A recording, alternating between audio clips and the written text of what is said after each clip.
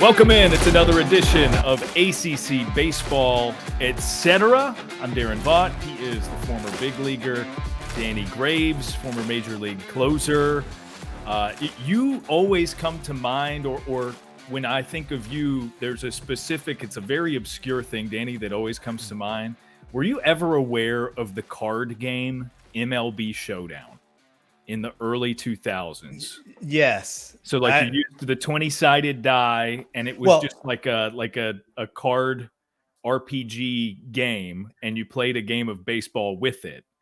I consider you to be a legend in that game because my brothers and I played with the 2000 and 2001 sets, and your card was pretty good in both of those sets. So we had a lot of die rolling with Danny Graves on the mound, on the mat of a field where you place each player in their specific spot, and you just play a full game. So MLB Showdown legend Danny Graves. That's funny you say that. Like, I had no idea how to play the game. I would just always get people sending them to the clubhouse for me to sign, and it had these numbers, and I'm like, what on earth? Like, this was way before analytics too. Like, I'm like, yeah, these numbers and abbreviations, I have no idea what they mean. So I'm gonna have to look into how to play that game. I mean, if it's still around anywhere, but I know it was a thing. I acquired a starter set at the beginning of quarantine in 2020 because what else did I have to do? So I think there was a Danny Graves. I'll have to pull it out for next time. I think there was a Danny Graves card in there. Oh my gosh. I got to look it up. I know I have a couple of those cards sitting around here somewhere. I got to figure out how to play this game for next time. So we'll table that for next time. We do have another guest with us this week. Brian O'Connor, the head coach for the University of Virginia, is going to join us. He just got his 800th career win yesterday. Look at us swinging big and landing some of those high punches. Getting an 800th career win fresh. Brian O'Connor with us a little bit later here on ACC Baseball, etc. Tremendous respect for him. Looking forward to that. For sure, and I know this. You say the same as well. We've got some updated top 25. I guess we'll start there for sort of recapping the week in the ACC. Miami drops out of the top 25. Mostly the same otherwise. Wake Forest, number 5. Louisville, number 9. Virginia Tech, 11. 14 is North Carolina. Virginia, 11-0 now, is at 17. NC State remains undefeated at 19th in the country, and then Florida State drops a little bit, but staying in at 21. Wake Forest, Virginia, and NC State, 3 of only 5 undefeated teams left in Division I NCAA baseball. And I was on the call at Wake Forest this weekend. I got one of the games taken away from me because they shifted stuff around for weather, and then I was on the wrestling championships yesterday, so I only got the one game on Saturday, but I was glad it was the one that it was, Danny, because it was against Ball State. Ball State was picked to win the MAC coming into this season. Effectively, it is the first. There's nuance to this, but it was the first legit opponent that Wake Forest has seen at home this season. So I was very interested in seeing them face a legitimate arm, which they did. The starter for Ball State was a guy named Ryan Brown, pumped mid-90s. It was his first career start, interestingly enough. He looked very sharp in the first inning of play, and then Wake started to touch him up in the second. Adam Sosiri got things started with them for them with a solo home run. But the pitching is what stood out for Wake Forest. And I know they had Josh Hartle go yesterday. He had a career start, 12 strikeouts for him. Sean Sullivan was the starter on the day that I was there, and he struck out 10. What I want to pick your brain about in particular about Sullivan is that to the naked eye, you maybe could have thought he was pumping 95, 96. He tops out at 92. He sits 90 to 92. But Danny, he's just got this action on it that forces swings and misses in a way that 91 to 92 is not supposed to do. It was fascinating to watch. Yeah. Well, you didn't even get to mention the reigning ACC pitcher of the year, Rhett Lauder, who just continued to dominate too on Friday, whatever day it was. But yeah, a guy like Sean Sullivan, the speed really doesn't matter when you have deception, and that's what he has. And it reminds me of a guy like Andrew Abbott, former Virginia pitcher a few years ago. He was 2nd or 3rd round draft pick by the Reds. He didn't throw very hard either. He went from reliever to starter. He threw maybe 90 to 92 tops, but he got a lot of swings and misses that were up in the strike zone because of deception. So, you hide the ball a certain amount of time. You hide it a little bit longer than other guys. That's like, and we can get into this a little bit more. Rosario with Miami, he doesn't hide the ball at all, but he throws 96 to 98. They see the ball right out of his hand. Well, guys like Sullivan and Andrew Abbott, you don't see the ball until it's too late. And next thing you know, the 92 is on you. And you can't do anything about it. And that ball that's elevated a little bit, it looks so good, but it's already by you. Randy Wolf is that way in Major League Baseball. He would top out at 90 and guys would come back to the dugout. I cannot believe I'm not hitting this, but they called it an invisible, like it was just, you couldn't pick it up on time. And next thing you know, it was by you. So it's definitely a gift that a lot of people have, but you don't have to have good velocity, high velocity to be able to pitch when you have that deception. Yeah. And I had Larry Sorensen, another former big league reliever, in the booth with me, another former big league all-star. Actually, you guys have some common ground there. And he was explaining and demonstrating. He had me on the air. He was like, hold your arm out like this and try to turn. I'm trying to get it in the screen for those of you watching. He said, with your arm extended as if you're going to throw, try to turn your wrist this way. And he was like, it hurts, doesn't it? Well, maybe not for Sullivan, because that's what he does. And it's sort of an unnatural movement. And I guess gift is the right word, because he's able to do that with certain pitches. I mean, it was a fascinating look at him. And then because they were playing a tough Ball State opponent, it was a closer game. They were able to bring in Camden Manasseh to pull out the save, just his 2nd of the season. And God, you mentioned Rosario, just sort of, what's coming, and he's just going to pump it, and you're still not going to be able to manage it that well. Yeah. Manasseh topped out at 98, and you knew what was coming, and he still got guys out. He's impressive. Cam is different though. He's a different mentality. This dude, like, I've watched him for years. I feel like he's been at Wake Forest for 17 years. This guy has that mentality of, I don't care who you are, I'm going to throw it and we're going to see if you can hit it. And bullpen guys usually need to have that kind of mentality. He's had it. I know he throws very hard, but he could go out there with 88 and still get people out because he knows how to pitch and he knows how to get after it. Yeah, no doubt. And then, I mean, obviously I mentioned Adam Cecere with a home run. Adam Bomb. Yeah. A little Adam Bomb action. Brock Wilken came through with some knocks. Nick Kurtz, our guy, first ever guest. We'll call him an ACC Baseball, etc. Hall of Famer. That's what he'll go down as. Yeah.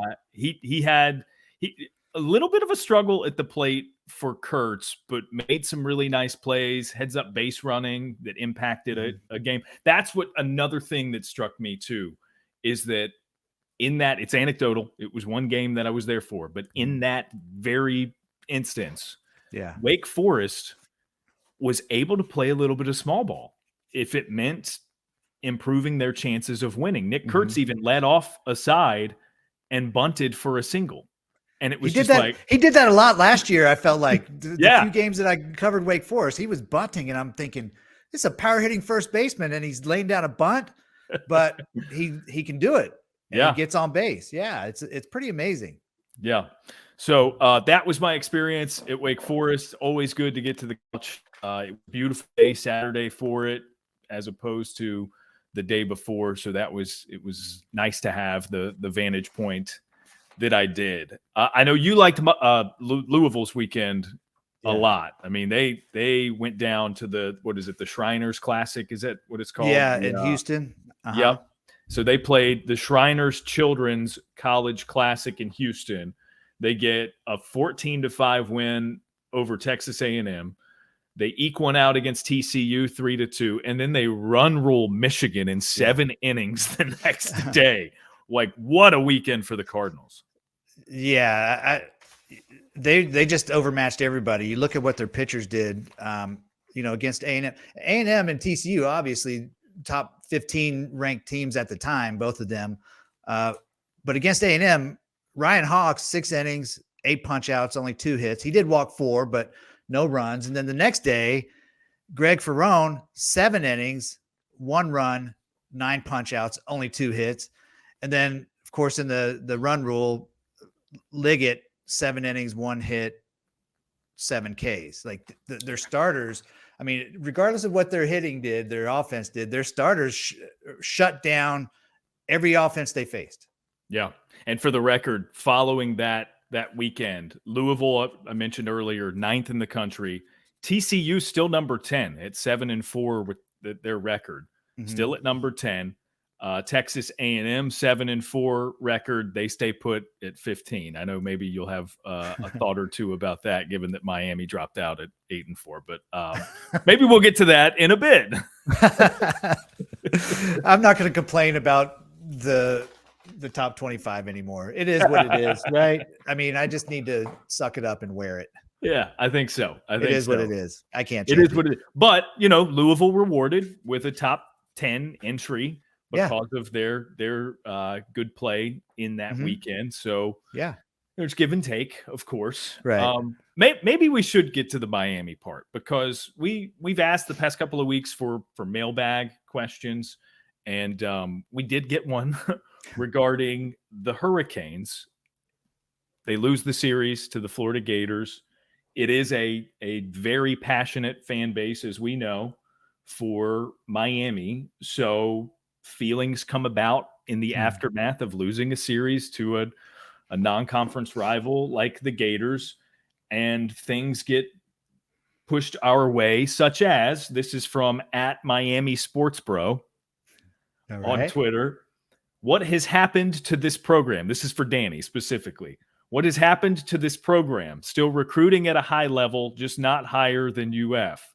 Not developing well either. Rosario has been there 3 years and seems like he got better instruction in the Cape. Any thoughts? I want you to address what is happening with Miami in a way that, because I think you're on the same page as me, in a way that talks Miami fans off of the ledge.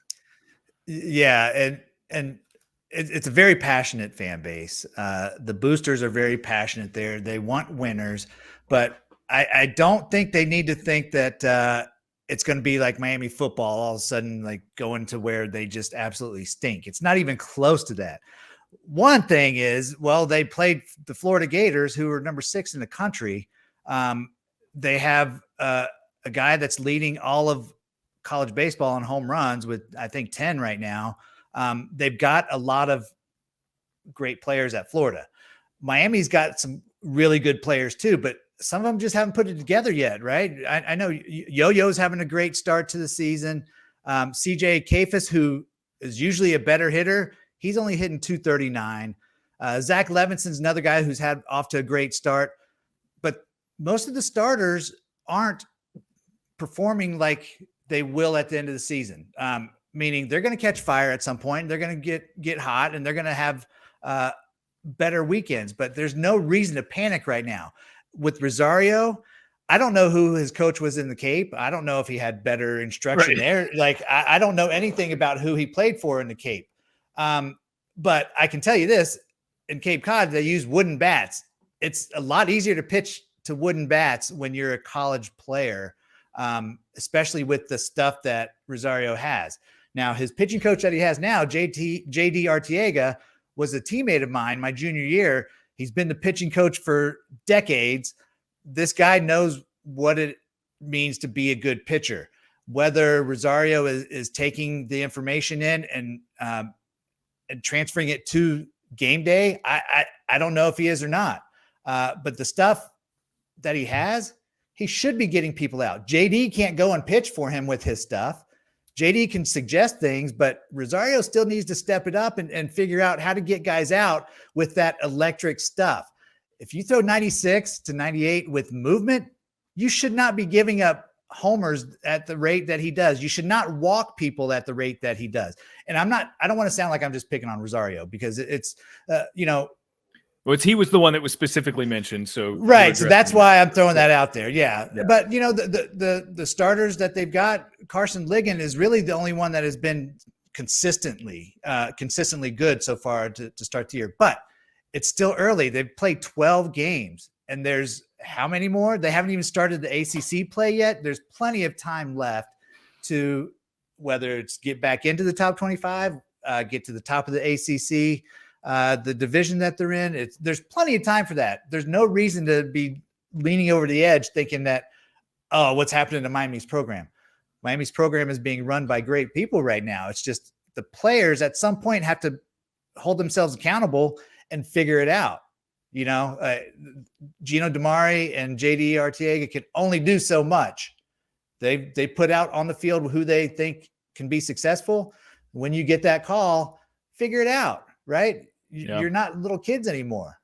Well, like a week ago, we were talking about Miami winning 7 straight after losing their opener and bouncing back and getting a series victory to begin the season. Mm-hmm. And then a Tuesday midweek against FAU, a 1-run game. They happen, right? Yeah. 1-run game.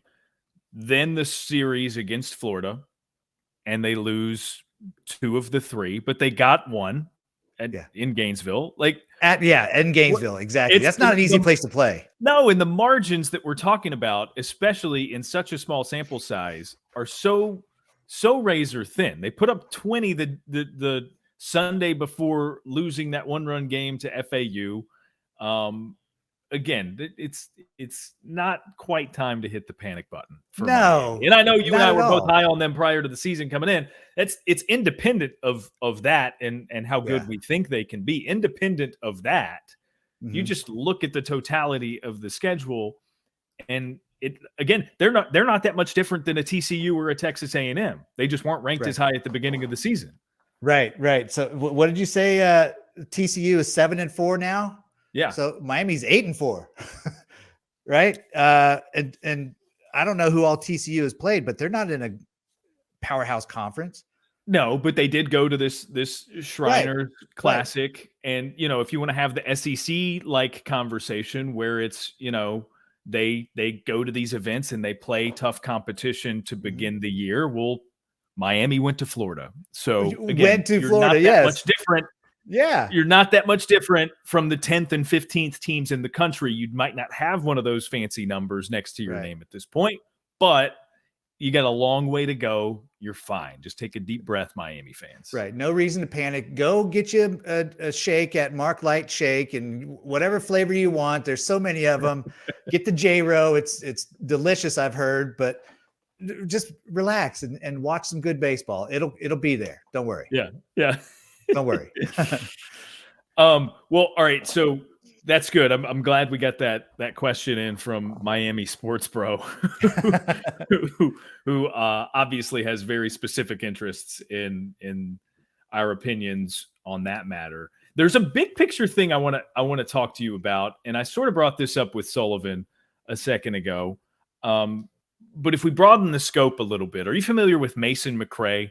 He's a great follow on Twitter. He does analytics formerly for VCU. Now I believe he's with William and Mary. But I don't. He puts together some really, really good numbers. He released a Stuff Plus piece on that metric last year that was thorough and you want to talk about a guy who's got a really bright future in baseball analytics. Mason McRae is there. He's one of my favorite follows this time of year. So by his computations, he says that and this is a warning, we're about to get nitty-gritty pitching analytics talk.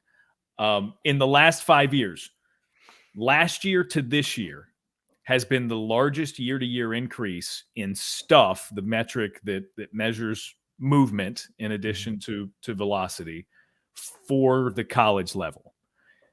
Stuff, according to him, is up about 4%. Fastball velocity is up 1 mile per hour.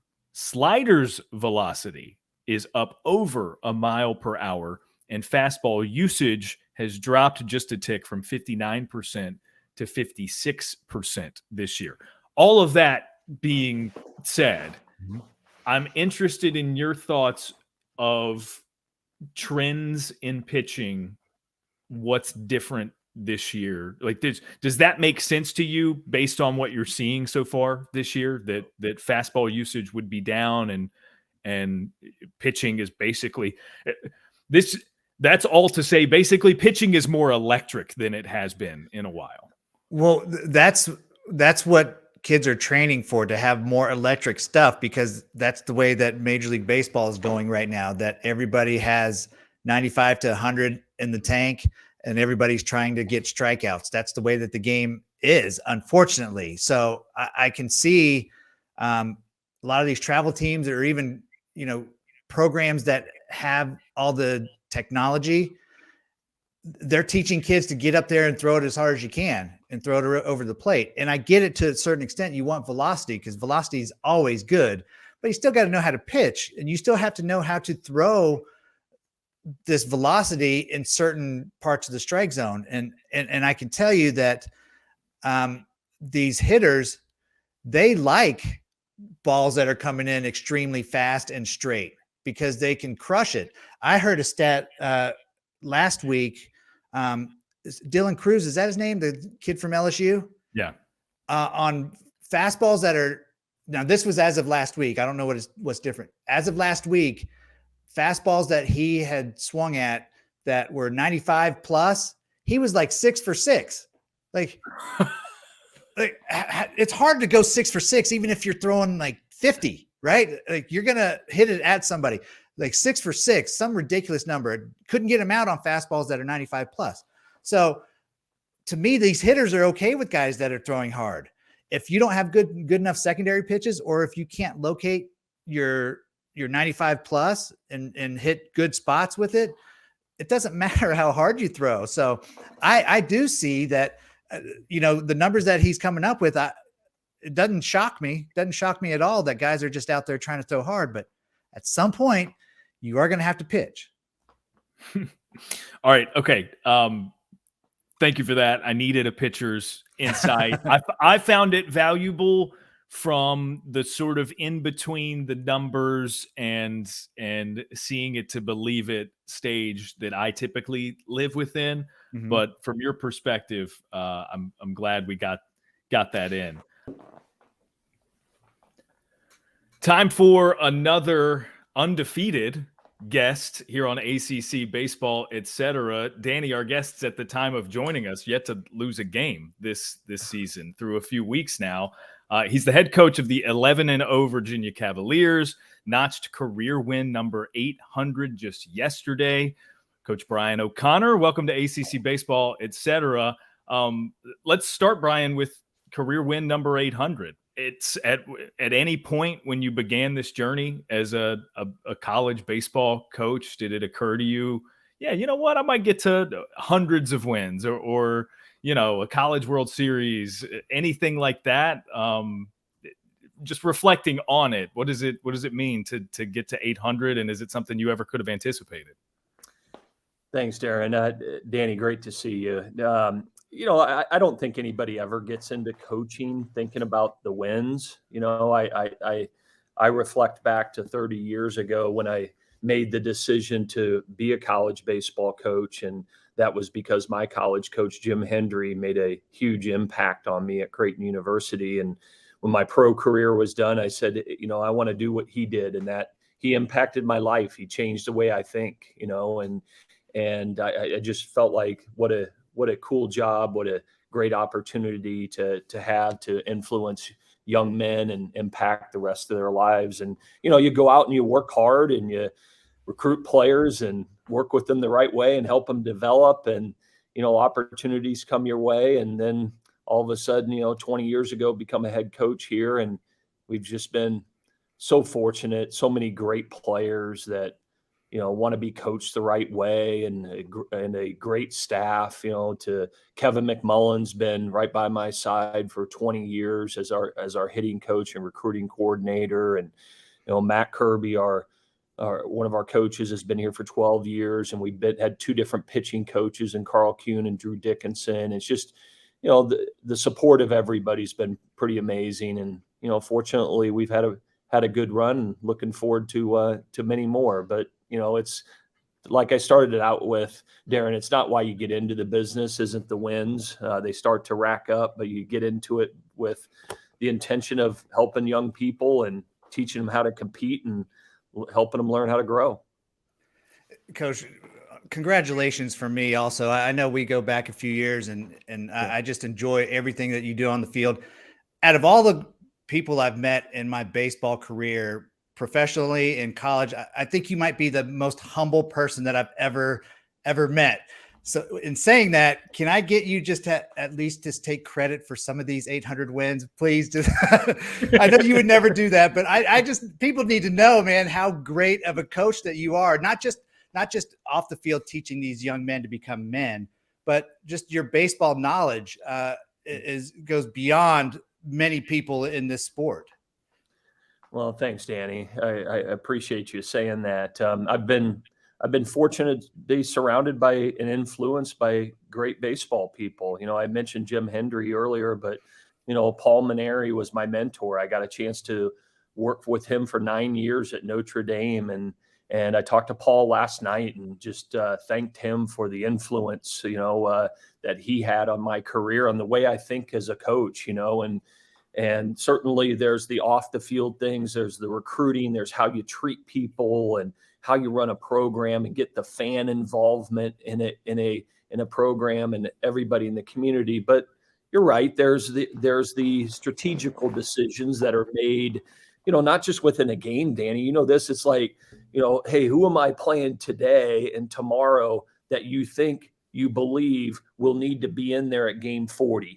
Or I'm pitching this guy right now because I need to get him experience, to get him prepared for a role I know that he's going to be in down the road. And, those are the fun things. Those are the things you enjoy. You have to recruit, you have to raise money for your program, you have to do things for your fans and things like that. But, it's the in-game decisions, it's the game-to-game decisions. That's the competitive spirit part and the competitive fight that, as a competitor, that you love to have. And I appreciate you saying that. There's so many people that have made this happen, and I just feel fortunate to have sat in this seat for 20 years at the University of Virginia, and the people in this community and the administration have said winning in baseball is important at this university. And it's been a heck of a lot of fun, and look forward to many more memories.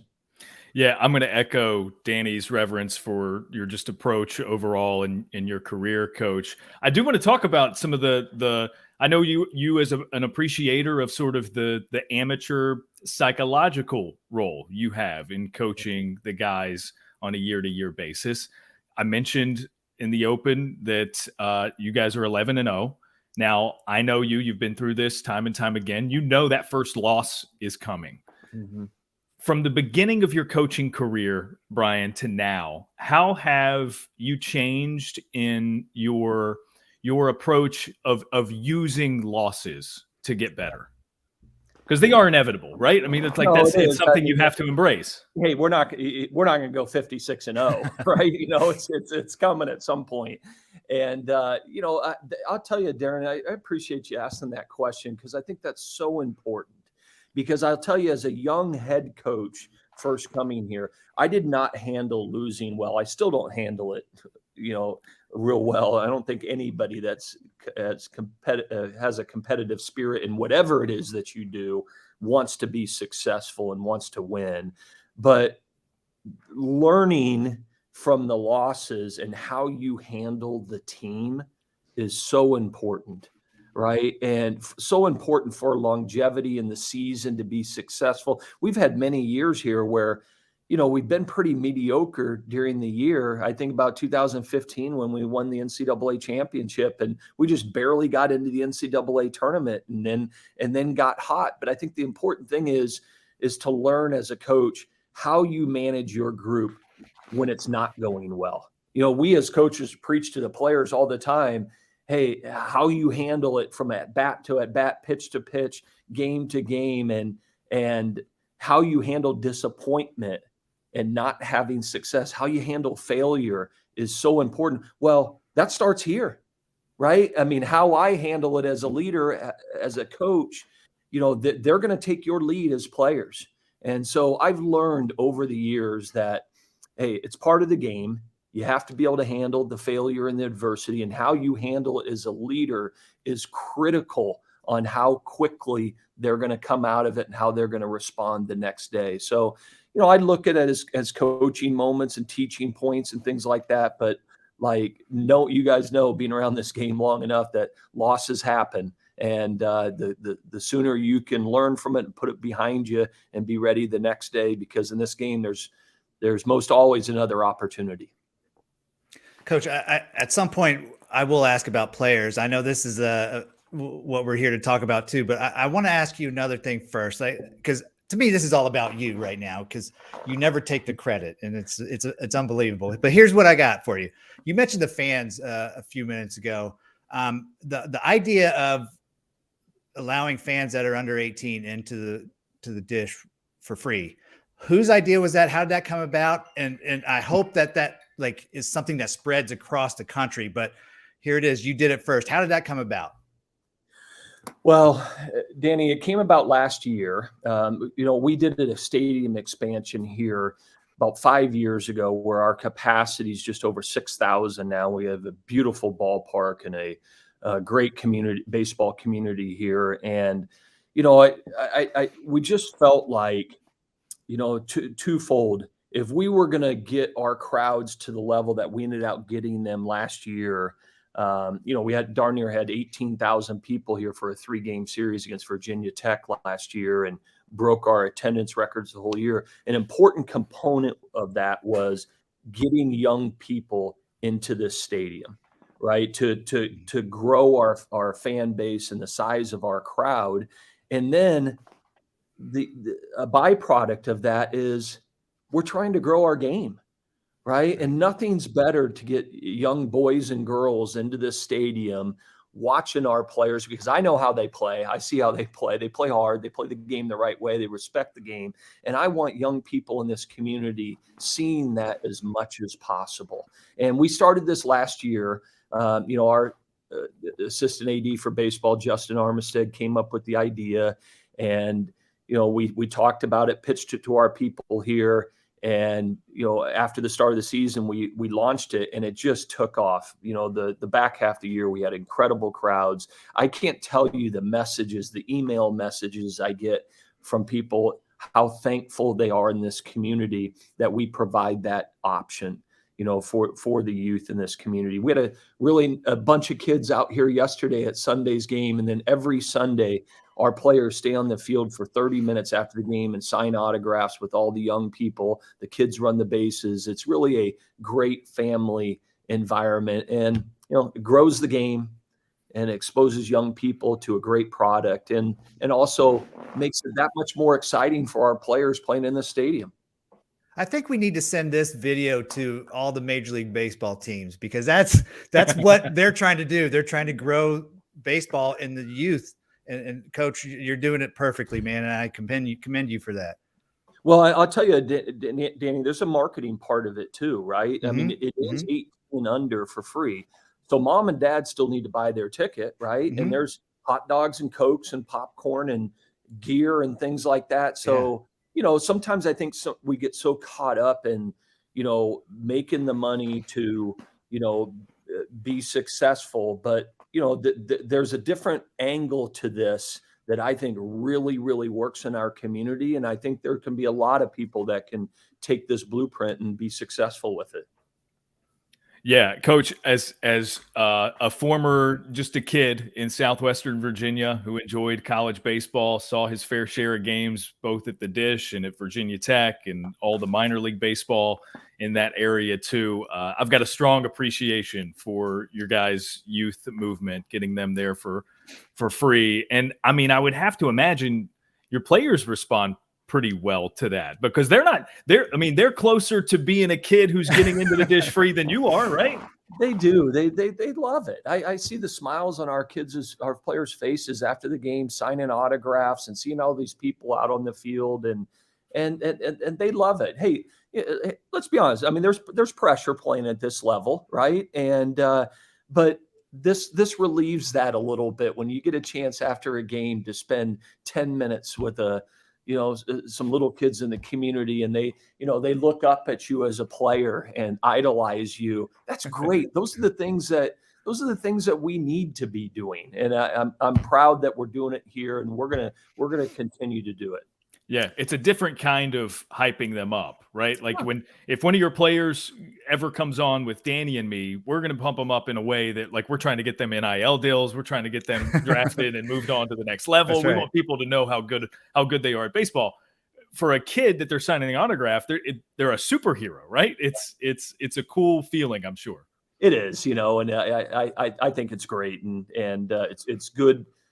As great as it is for the young people in our community, it's equally as great for our players. Okay, so one guy I want to ask you about who is just barely old enough to not get in free, Henry Godbout. So maybe last year he could have got in free. This year he gets in free because he's got a jersey. But this kid's just a freshman, and he's off to an amazing start. Did you see this coming? Obviously, he's a great ball player, but the way that he has started out offensively is just absolutely amazing. Yeah, he is. He's swinging the bat well. Sometimes he DHs, sometimes he plays second base. He's a gifted player that sees the game at a pretty advanced level, and he's versatile. He can play anywhere on the infield, and he's got a hit tool, Danny. That's pretty darn good. And so I'm excited that he is just 18, and he's gonna be here for a while, because I think he's gonna be one of those real staples in our baseball program, one of those great infielders that we've had here, and he's going to continue to do really good things. And I'm proud of his start. With that in mind, I think you came into this season, particularly in your lineup, with a lot of questions answered, right? I mean, a lot of returners.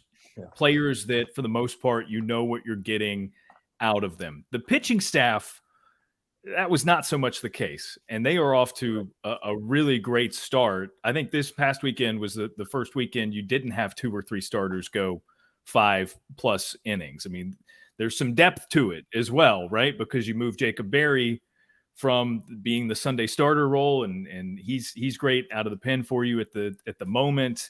What went into the different possible machinations of what the pitching staff was going to look like, and how fluid is it at this point?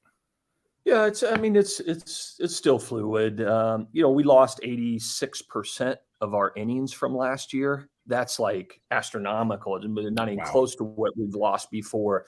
And so, we injected some young men out of the transfer portal that has done a really nice job. Connolly Early will start. He was transferred in from Army, and he'll start tomorrow. And Nick Parker came to us from Coastal Carolina. He's been in our rotation. Brian Edgington came to us from Elon. Angelo Tonas came to us from Georgetown, and Chase Hungate came from Virginia Commonwealth. So we had an influx of transfer pitchers with some really great experience under their belt. They just did it somewhere else. And then I love our freshman core of pitchers. Jack O'Connor right now is starting for us on Sunday, doing a nice job. He's got a great arm. And no relation, by the way, right? Yeah, no relation. And then, Bradley Hodges, Evan Blanco, other guys that are freshmen that have helped us and are going to continue to significantly help us. And we have Jay Woolfolk back from last year. Right now he's in our closer role, and has got really, really great stuff. That said, we've conditioned a lot of these guys to be able to change roles as things evolve.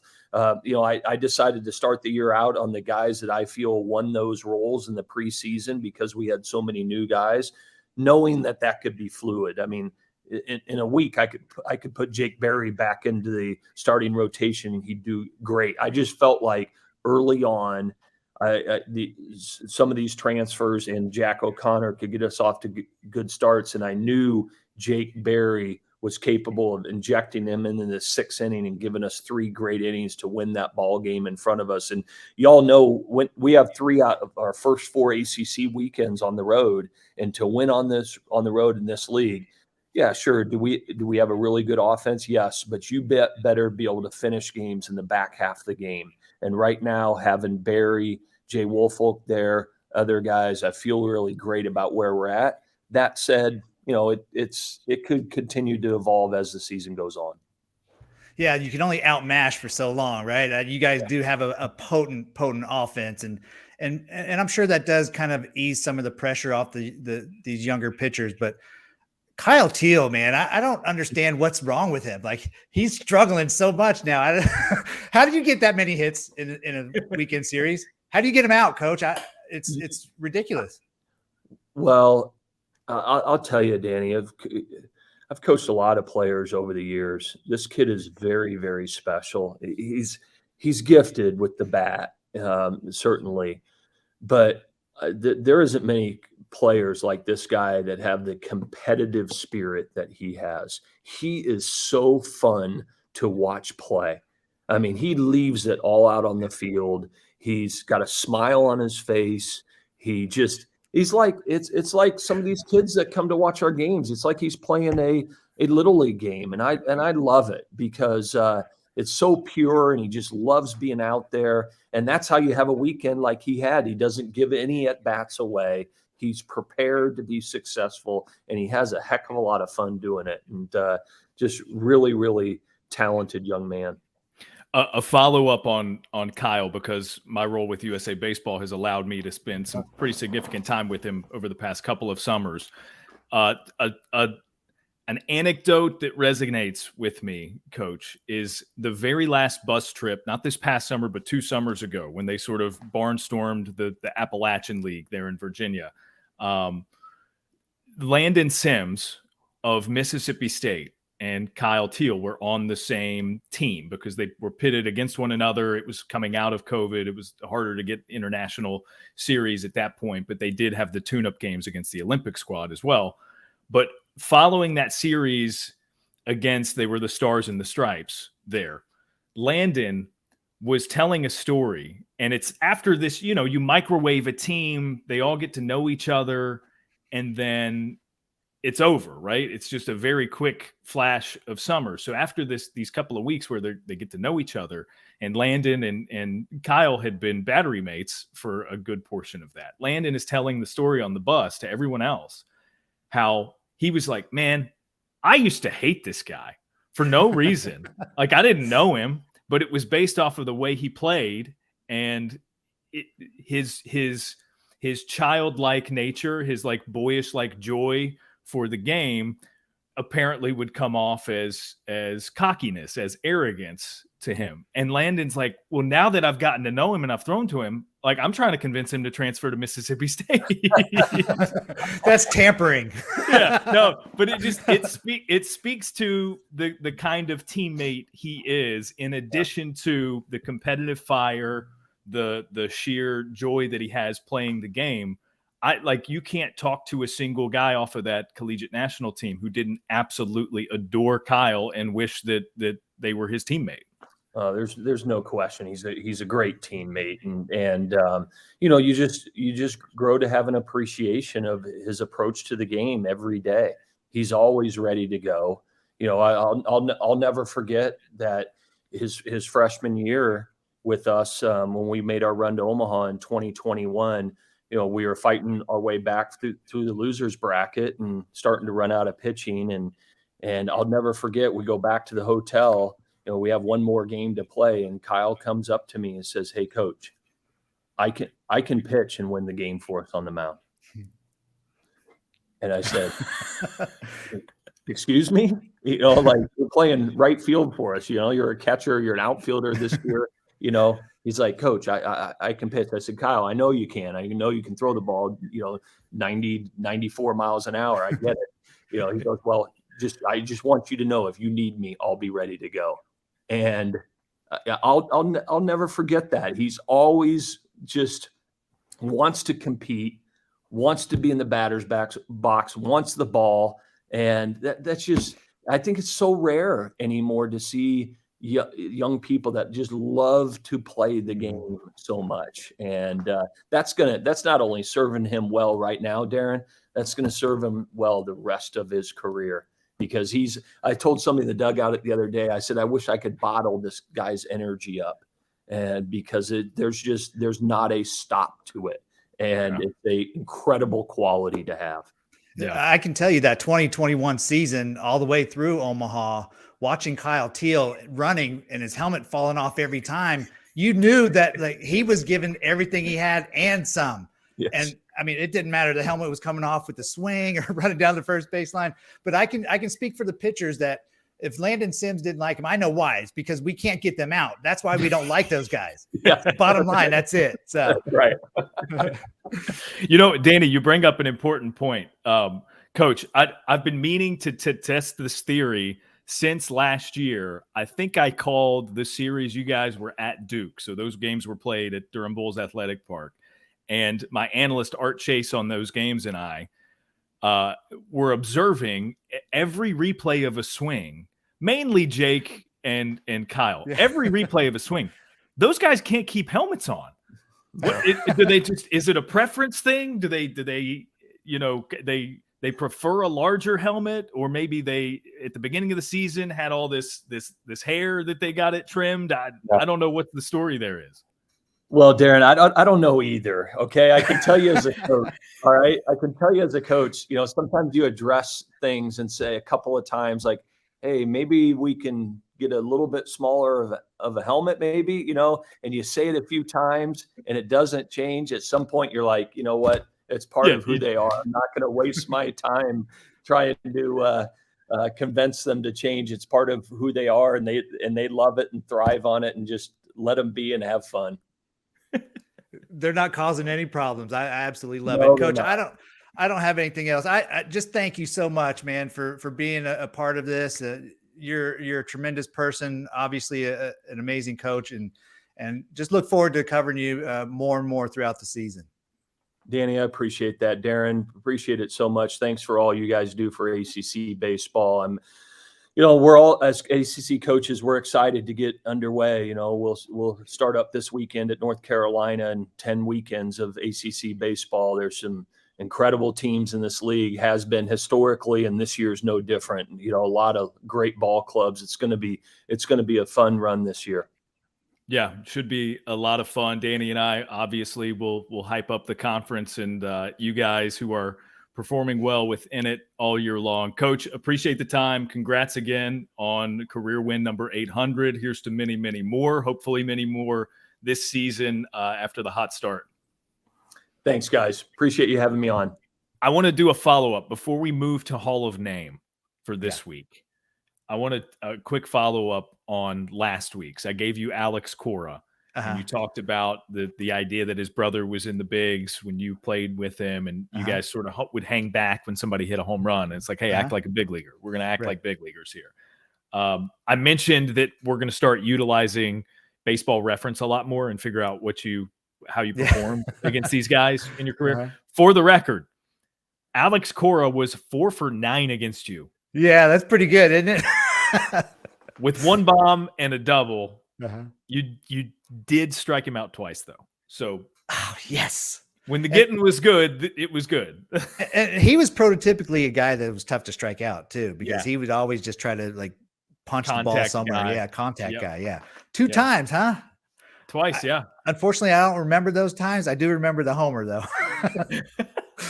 That was the first thing, because that's what you said last week, and the first thing that stuck out to me was like, okay, he remembers the home run more than any of this stuff here. The double probably not, but the home run for sure.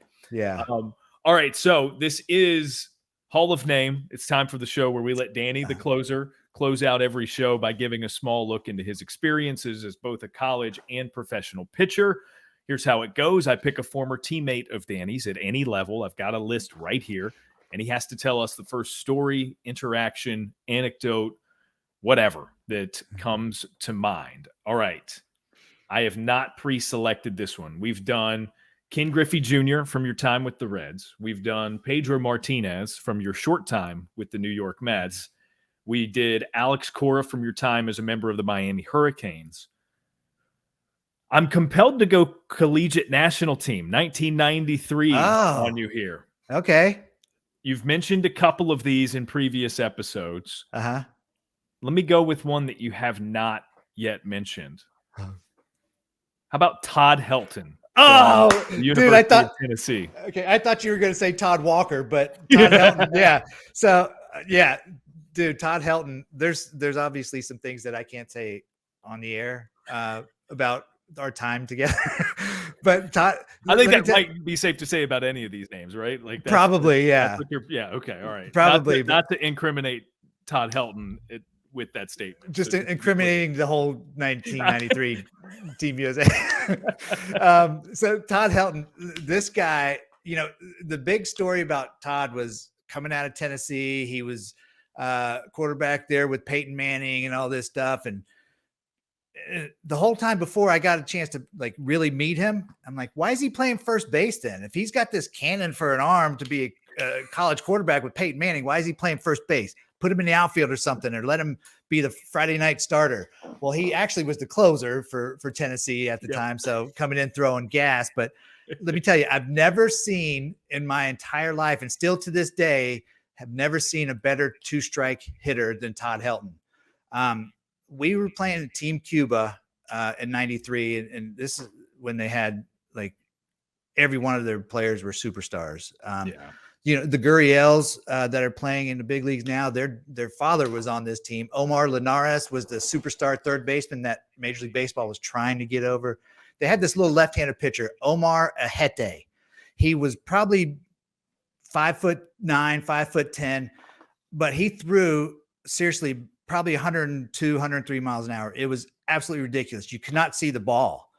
Well, Todd Helton, he would take his normal hacks and he'd get to two strikes, and then he'd just pepper balls to left field off of Omar Ahete. And we're like, no way. How is he doing this? How is he hitting this? But he had this remarkable ability just to shorten up. They don't do that anymore these days, but to be able to shorten up and, just put the bat on the ball with some authority. It wasn't like a little punching Judy. He'd shorten up and still swing hard and square up the ball and just crush it, dude. I've never seen anybody like it. And before you ask, he's got 2 homers off me. One when I was with the Reds and one when I was with the Mets. The one with the Mets, I believe it was a 2-strike homer. He hit it opposite field over in Shea Stadium. And it was such a cheap home run. And I was so mad at him too, because we were boys. Why are you taking me deep? That's what I always thought.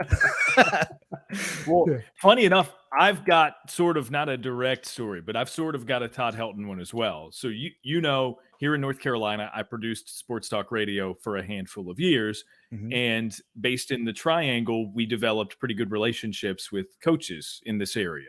Well, David Cutcliffe, Duke's head football coach for all those years up until very recently when Mike Elko took over, was a very good friend of the show. And he was the offensive coordinator at Tennessee for Peyton Manning and Todd Helton being there. Uh-huh. And he told a story on our show one time about recruiting Todd Helton. And Todd had been committed to Tennessee and was pretty dead set on coming to Tennessee. But either as an undrafted guy, because that scared some people off, or maybe the team took him in the draft and was trying to coax him into coming to play professional ball rather than going to Tennessee and being a 2-sport athlete there. Mm-hmm. Well, they had already started spring practice, or maybe it was during the summer. Yeah, it would have been after the draft in the summer, as I'm recollecting the story as I'm telling it. And so Cut tells it this way. He's out on the practice field with Todd Helton.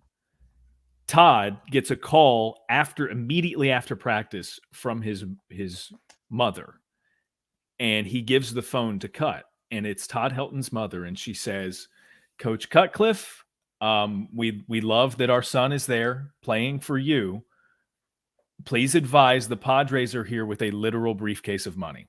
Oh. Like, they want to sign him, and they brought actual, like, cold hard cash. Oh my gosh. To say this would be his signing bonus.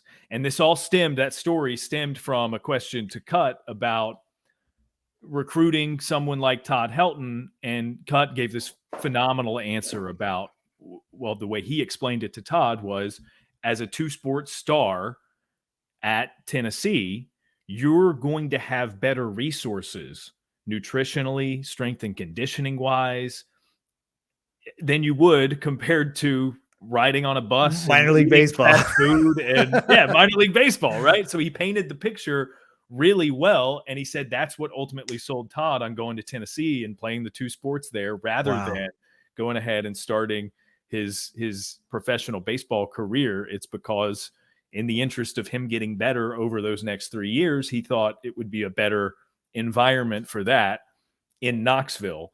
But no, the literal briefcase of money is a story that has always stuck with me since Cut told that. Well, that had to have been a lot of money in that briefcase. I mean, second round of that year was 92. So that was probably, I mean, I'm sure it was about $500,000.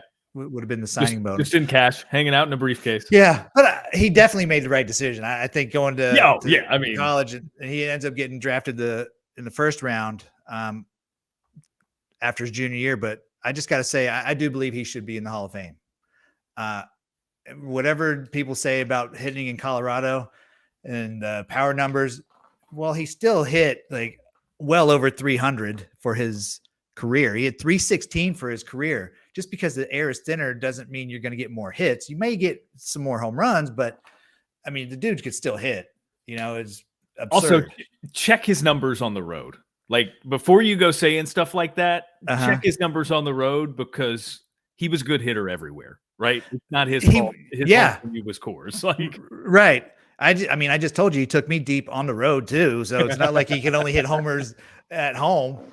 But the dude mashed, and he's such a great guy. Maybe one of these days we can talk about the stories off the air. You and I will, for sure. Yes, 100%. We'll make that happen. For everybody else, sorry, you're going to miss out. Well, and we mentioned Andy Barquette last week with Coach Avent. His son Isaiah plays at NC State. He was part of all these shenanigans too. So I'm throwing everybody under the bus right now. I don't care. Todd Walker, you're next. That's all I'm saying. Todd Walker is next. Fantastic stuff. All right, you got anything else before we get set for conference play? I mean, this is a big week. It's not that the others haven't been big. We're so excited that baseball's here, but we get ACC teams versus ACC teams this weekend. I'm pumped up. Yeah, I almost wish they didn't play any weekday games. None of them. Just have everybody fresh and ready to go for conference play, because we already know the importance of this conference and how great this conference is. How many teams do you say were undefeated in the country? 5? 5, and we've got 3 of them. And 3 of them are from here. Math wise, I wasn't great at math, but that's pretty good. Funny side note, the other 2 are in the state of Alabama. Alabama and then Troy are the other 2. Troy, huh? Who would have thunk? Yeah, not unranked Troy, so maybe they can keep it up and stay undefeated into conference play, make their way into the top 25. But Campbell, who is a common opponent in the non-conference for a lot of ACC schools, especially here in North Carolina, they're up into the top 25 for the first time this year. Yeah. And then, and then East Carolina, which is where I'll be this coming weekend, is regarded to be the best mid-major, however you want to define that, in the country at this point. So, well, they should have been in the College World Series last year, though. Yeah. They were so close. And I was there. I was in the jungle. I was standing in the jungle the Saturday game where Texas came back from 5 down or 7 down. So ridiculous. Yeah. I I was rooting for East Carolina for sure. I I will too. tell you this, and I know for a fact you know this already, but I learned this kind of accidentally last year. I was doing a show on All ACC, talking about the regional games, and I didn't even realize I did it, but I said Eastern Carolina. And I'm telling you, within 5 minutes, my Twitter was blowing up, and I'm like, oh my gosh, I can't believe. And I apologized. I felt so bad. I apologized all over Twitter. And then the fan base there was so great. They're like, okay, we forgive you. And One time is fine. yeah. But they will come at you with the venom of 1,000 Oh my gosh. cobras. Oh my gosh. If you continue to do that. They are passionate, to say the least. Yeah. I owned up to it though, man. And gosh, I'll never do it again. I'll never do it again. Oh man, that's great stuff. All right, he is Danny Graves, the former big leaguer of ACC Network now, the analyst who's going to be getting a lot of TV time here sometime soon, I would imagine. As soon as March Madness is over, yeah. Yeah. So for some reason that's a big deal in this country. Look, man, I am in Chapel Hill, North Carolina as we speak. Yeah. College basketball rules, at least for a short bit of the calendar here. We can't talk about Miami being ACC champs in basketball. I think honestly, I don't. Yeah, we'll go here real quickly before we bid everyone adieu. We'll go here. I think Miami has the best chance. Now, ACC's a little bit down in terms of college basketball this year, but if I was making a list of teams that I think could win the whole thing, I think Miami might be the first and only ACC team I've got on that list. I don't have a lot of faith in Virginia. Just, I don't know. You don't have to say anymore. You said Miami has a chance to win it. Let's just end it right there. Thanks for coming. Right there. That's all we need to know. All right, he's Danny Graves. I'm Daron Vaught. We'll see you guys next week. Enjoy the conference play this weekend. See ya.